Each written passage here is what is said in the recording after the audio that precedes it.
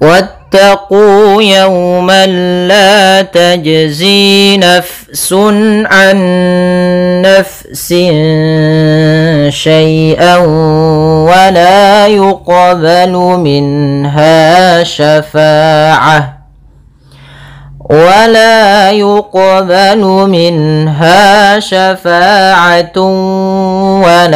يؤخذ منها عدل ولا هم ينصرون. Pada lafal wattaqu di sini wanya langsung ke huruf ta dan wawnya tidak dipanjangkan, meskipun kita mendapati bahwasanya kalau ada huruf alif setelahnya maka dia panjang. Akan tetapi di sini alifnya dia bukan alif menandakan panjang, tapi dia alifnya hamzatul wasal, sehingga ini alifnya dianggap tidak ada, langsung ke huruf ta. Wattaqu, pada lafal qu ada mad tabi'i, yaitu ditandai dengan dhammah bertemu waw, panjangnya adalah 2 harakat. Kemudian pada lafal yauma di sini ada waw sukun didahului dengan fathah, maka ini bacaan lin yang dimana kita lembutkan dalam melafalkannya. Kemudian pada lafal yaumallah di sini ada tanwin, ada fathatain bertemu dengan huruf lam. Apabila fathatain bertemu dengan huruf lam, kita hukumi dengan bacaan idgham bila gunnah.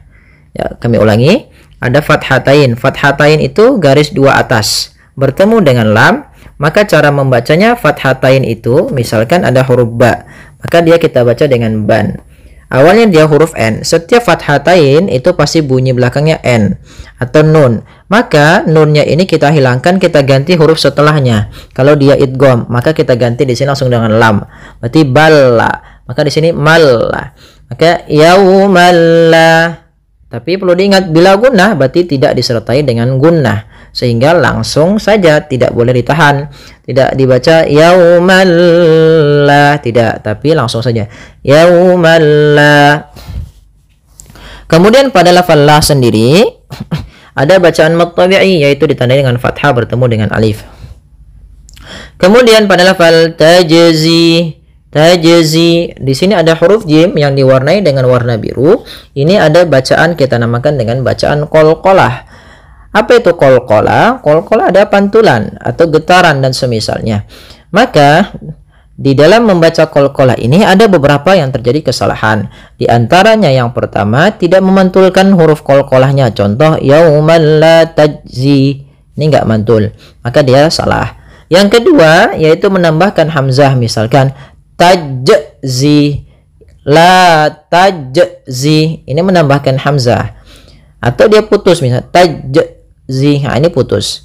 Harusnya mengalir saja, dia ketika membaca qalqalah dia mengalir. Yaitu gimana? Tajzi. Nah, seperti itu. Kemudian pada lafal zi sendiri ada bacaan mad tabi'i, yaitu ditandai dengan kasrah bertemu ya sukun. Kemudian pada lafal nafsun an nafsin syai'a, di sini fa-nya dialirkan karena fa memiliki salah satu sifat, yaitu sifat hamas, yang dimana dia jaroyanun nafas, harus mengalir nafas kita di dalam melafalkannya. Ya, kesalahan yang sering terjadi juga di dalam membacanya, dia tidak mengalirkan nafas, misalnya nafsun, ini dengan diganti dengan p, padahal dia bukan.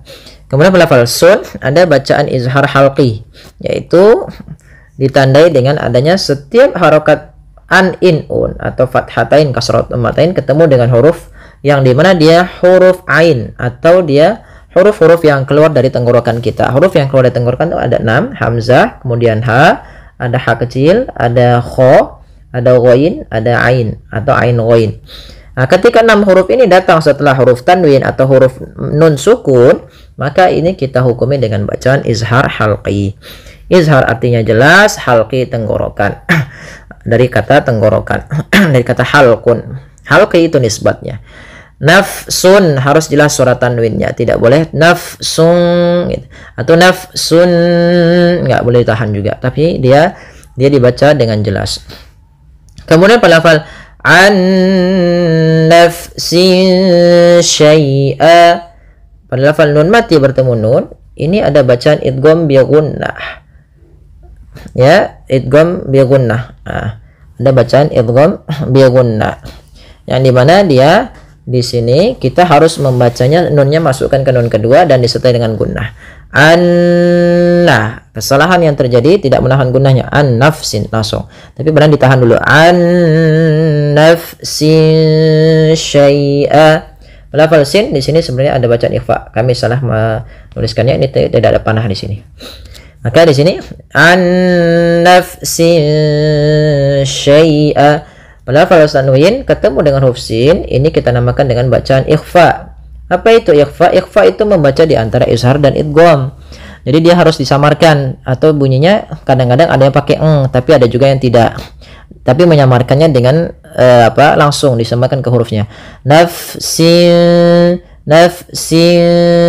sya, langsung ke makhraj daripada huruf sya-nya.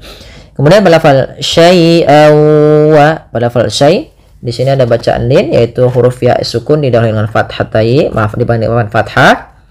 Kemudian pada lafal an ketemu wa, nah ini sama sebagaimana hukum daripada nun mati ketemu dengan nun, yaitu suara tanwinnya masuk kepada huruf waw. Jadi awalnya syai'an ketemu waw, dibaca syai'awa, syai'awa. Maka kemudian langkah selanjutnya yaitu kita tahan suara wawnya. Syai'awa. Kesalahan yang terjadi tidak menahan wawnya dengan gunnah. Kemudian pada lafal wala yuqbalu minha, wala yuqbalu minha, la mat tabi'i fathah bertemu dengan alif. Kemudian pada lafal yuqbalu sama, ini terjadi kesalahan juga kalau baca qalqalah sama sebagaimana lafal jim, itu sesuai dengan bacaan jim tadi. Ini qalqalah sughronya, yaitu kita membacanya tidak boleh ada sakta, tidak boleh mantul, tidak mantul, berarti harus mantul. Yang ketiga tidak boleh tambah hamzah. Maka wala yuqbalu, wala yuqbalu. Kemudian pada lafal minha ada bacaan izhar halqi, yaitu suara nunnya dibaca dengan jelas. Minha, minha, tidak boleh minha, langsung saja. Kemudian pada lafal ha ada bacaan mat tabi'i, yaitu fathah bertemu alif. Syafa'atu wa. Pada lafal sya ini tidak boleh safa'ah, tidak boleh dibaca dengan shin atau sapa dengan fa, tapi dia sya. Kemudian pada lafal fa ada bacaan mat tabi'i, fathah bertemu alif. Kemudian pada lafal tun ketemu waw lagi sama sebagaimana syai'an, yaitu ada idgham bi gunnah. Cara membacanya ditahan suara wawnya. Syafa'atun wa sambil dimasukkan ke rongga hidung. Kemudian wala yu'khadhu minha, la ada mat tabi'i, fathah bertemu alif. Yu'khadhu, hamzahnya diputus karena dia sifat hamas dan sifat jaharnya, bukan diputus tapi dia ditahan suaranya dan ditahan nafasnya. Wala yu'khadhu minha, dzu hati-hati jangan sampai dibaca dengan zai gitu ya, tapi dia zal. Yu'khadhu minha, yu'khadhu minha. Kemudian minha sama dengan minha yang atas, yaitu ada izhar halqi, ha mat tabi'i, fathah bertemu alif. Adlu wala ada dal lagi, qalqalah lagi sama sebagaimana tadi yuqbalu sama tajzi. Tiga-tiganya cara membacanya sama, tidak boleh adanya sakta, tidak boleh menambahkan hamzah dan harus mantul. Kemudian pada lafal lun ketemu waw ada bacaan idgham bi gunnah lagi, yaitu suara tanwinnya masuk kepada huruf waw. Adlu wa sambil ditahan huruf wawnya. Kemudian walahum pada lafal la mat tabi'i lagi, ada alif, ada fathah bertemu alif. Hum itu ada izhar syafawi, itu dibaca dengan jelas suara mimnya. Yunsarun ikhfa, nunnya samarkan kepada huruf fa, ke huruf shad dan ditahan. Yunsarun. Kemudian pada lafal run ada bacaan mat arid disukun, yaitu mat yang terjadi disebabkan karena sukun arid di akhir bacaan kita yang sebelumnya ada huruf mat. Baik, kita coba ulang dari ayat awal sampai ayat akhirnya. Bagi teman-teman ya, kita ulang sampai akhir. Bagi teman-teman yang dia yang dia nafasnya nggak kuat, boleh nanti seperti ini bacanya ya teman-teman. Wattaqu yawman la tajzi nafsun an nafs. Berhenti di sini. Kita ulang dari sini.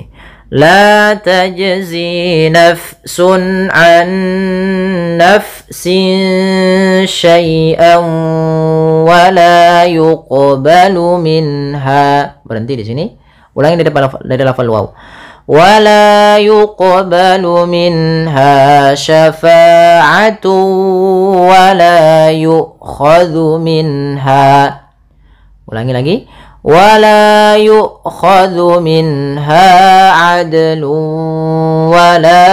وإذ نجيناكم من آل فرعون يسومونكم سوء العذاب يذبحون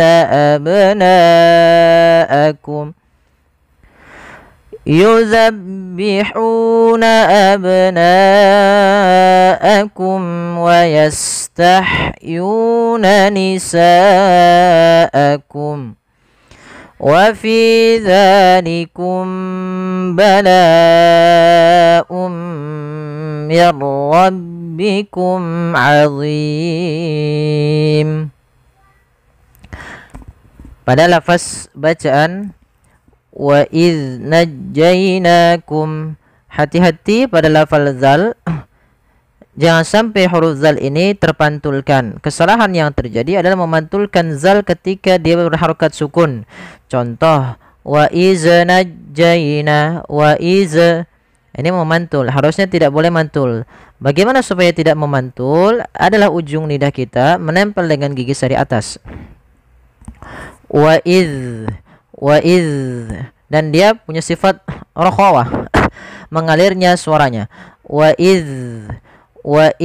najjainakum, lafal najjainakum, lafal jaina ada bacaan lin, yaitu ada huruf ya yang didahului dengan huruf fathah. Kemudian lafal na ada mad tabi'i, yaitu ada fathah bertemu dengan alif kecil di sini. Kemudian lafal najjainakum min a, di sini ada mim mati bertemu dengan huruf mim. Ini kita hukumi dengan bacaan idgham mimi. Idgham mimi terjadi apabila ada huruf mim sukun bertemu dengan mim setelahnya. Cara membacanya yaitu kita masukkan mim yang pertama kepada mim yang kedua, kemudian ditahan dengan gunnahnya. Najjainakum min a, jangan najjainakum min a, tapi ditahan. Najjainakum min alifi. Kemudian lafal min a ada bacaan izhar halqi, yaitu ditandai dengan adanya huruf nun yang bertemu dengan huruf hamzah. Maka apabila ada nun sukun bertemu dengan huruf hamzah atau yang huruf-huruf halq, yaitu ada 6, hamzah, ha, ain, ha, ghain, kha, maka dia kita namakan dengan bacaan bacaan izhar halqi. Kemudian pada lafal ali ada hamzah bertemu dengan huruf mad, maka kita namakan dengan bacaan mad badal. Mad badal terjadi apabila ada huruf hamzah, baik itu fathatain, kasrah, fathah, dhamma atau kasrah, bertemu dengan huruf mad, alif, waw atau ya. Maka dia kita namakan dengan mad badal, panjangnya sama dengan mad tabi'i, yaitu 2 harokat. Kemudian min ali fir'auna, di sini ada huruf ra yang didahului dengan huruf kasrah, maka ra-nya tipis, tidak boleh dibaca tidak, tapi fir'auna, ra-nya tipis, kita namakan dengan ra tarqiq. Kemudian lafal auna ada bacaan lin, dia lembut membacanya. Kemudian lafal yasumunakum, lafal su dan mu, kedua-duanya ada huruf berharokat dhamma bertemu dengan huruf waw, yaitu huruf mad. Maka cara membacanya yaitu kita baca dengan panjang mad tabi'i, yaitu su dan mu 2 harokat. Kemudian ada mim mati bertemu dengan sin pada lafal yasumunakum su'a, yasumunakum su'a, ya, yasumunakum su'a. Di sini ada bacaan izhar syafawi, yaitu adanya mim mati bertemu dengan huruf sin, maka dia harus dijelaskan suara mimnya. Yasumunakum su'a, tidak boleh yasumunakum su'a, tidak boleh ditahan, tapi dia dibaca dengan jelas suara mimnya. Kemudian berlafal su'al azab, Ada lafal su, ada mad wajib muttasil, yaitu lafal su wajib kita panjangkan sepanjang 4 atau 5 harokat. Karena kenapa? Karena pada lafal su awalnya dia 2 harokat, karena datang setelahnya huruf hamzah dan hamzah tersebut pada satu kata, maka kita namakan dengan mad wajib muttasil. Jadi kita membacanya seperti apa? Su'a. Su'a, ya, dipanjangkan dahulu. Kemudian pada lafal al-azab, di sini ada alif lam. Alif lam di sini kami lupa menuliskan, ada alif lam qamariyah, yaitu suaranya diperjelas. Harus dibaca dengan jelas suara lamnya. Kemudian pada lafal azabi ada mad tabi'i, sebenarnya ini kurang ditulis, yaitu adanya zal yang berharakat fathah bertemu alif. Kemudian yuzabbihuna, hati-hati juga dalam lafal zal, jangan diganti dengan huruf zai, ya, jangan dibaca yuzabbihuna, tapi yuzabbihuna, jangan diganti. Kemudian lafal hauna ada mad tabi'i, ini ha kecil, jangan yuzabbihuna, jangan ha besar. Kemudian lafal abnaakum ada huruf ba, ini banyak berharokat sukun dan dia ba salah satu huruf qalqalah, yang dimana dia harus memantul. Kesalahan membaca qalqalah, pertama tidak mantul, contoh abnaakum. Yang kedua menambahkan hamzah abna. Nah, ini salah juga, harusnya abna. Kemudian melafal naakum itu sama, kita hukumi dengan mad wajib muttasil sebagaimana lafal su'a, yaitu ditandai dengan adanya huruf hamzah yang datang setelah huruf mad. Maka pada lafalna wajib 4 harokat atau 5 harokat. Abnaakum. Mim mati bertemu waw sama dengan ketemu huruf sin, yaitu idhar syafawi, suara mimnya jelas. Wa yastahyuna nisaakum. Pada lafal ha sukun ada sifat hamzah Kemudian yuna ada mad tabi'i, dhamma bertemu waw sukun. Nisaakum ada bacaan mad wajib muttasil, yaitu pada lafal sa-nya. Di sini kita wajib memanjangkan sa sepanjang 4 harokat sebagaimana lafal su'a dan lafal abnaakum. Maka wa yastahyuna nisaakum. Kemudian wa fi dzalikum bala. Nah, di sini pada lafal wafi ada mad tabi'i, pada lafal fi-nya za mad tabi'i juga, fathah bertemu alif. Nah, di sini ada hukum tajwid baru, yaitu adanya ikhfa syafawi. Nah, ini yang sering banyak kelupaan di antara kita membaca ikhfa syafawi, yaitu tidak menahan suara mimnya, harusnya ditahan. Contoh misalnya tidak menahan wa fi dzalikum bala. Nah, harusnya ditahan. Wa fi dzalikum bala. Ditahan dulu sepanjang 2 harokat. Kemudian pada lafal bala'um mir rabbikum, pada lafal la ada mad wajib muttasil, yaitu kita panjangkan untuk la-nya sepanjang 4 atau 5 harokat sebagaimana tadi yang kita bahas, yaitu mad wajib muttasil. Mad wajib ini terjadi apabila ada huruf hamzah datang setelah huruf mad dan hamzah itu pada satu kata. Kemudian pada lafal mir rabbikum ada hukum tajwid berupa bacaan idgham bi gunnah. Terjadi ketika ada huruf berharokat fathatain atau dhammatain atau dia nun sukun. Contoh awalnya dia hamzah berharokat, ini kita baca un. Karena kita bertemu dengan mim, maka n-nya diganti dengan huruf mim, maka dia menjadi Maka langkah pertama, kenapa dinamakan dengan idgham? Karena tanwinnya dimasukkan ke huruf setelahnya. Maka kita baca bala ummi. Langkah kedua menahan dengan gunnah, maka dinamakan dengan bi gunnah. Maka bala ummi rabbikum azim.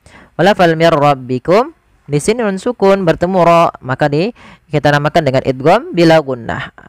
Hanya masuk saja nunnya kita masukkan ke ra, dihilang awalnya min rabbikum, karena ketemu ra diganti mir ra langsung. Tidak boleh ditahan mir ra, tidak, tapi langsung saja.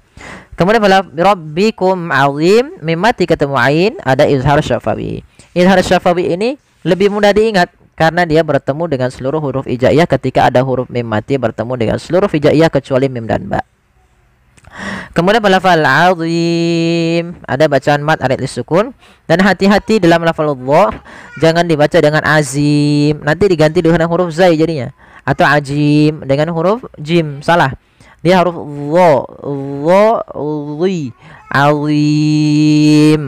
Ada pada lafal azim sendiri ada hukum bacaan mad arid lisukun, yaitu mad yang terjadi disebabkan karena sukun arid pada akhir bacaan, yaitu lafal mimnya awalnya azimun dimatikan menjadi menjadi mim yang sukun, sebelumnya ada huruf mad.